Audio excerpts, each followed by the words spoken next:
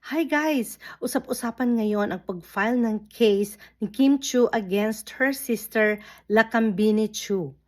Lakambini Chiu is the one managing the business of Kim Chiu, and Kim Chiu discovered that there are major financial discrepancies that the sister is involved. And it said that Kim Chiu was trying to reach out to her sister for a settlement, but this failed. Now let's listen to the news.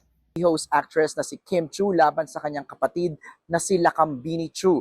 Ayon kay Kim at sa kanyang legal counsel ay meron silang nadiskobring serious financial discrepancies sa negosyong hinahawakan ni Kim at ni Lakam.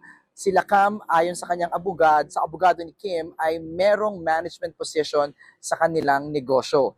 Hindi na idinitalye ng kanyang abogado kung magkano ang nawawalang pera at iba pang detalye ng kanilang reklamo.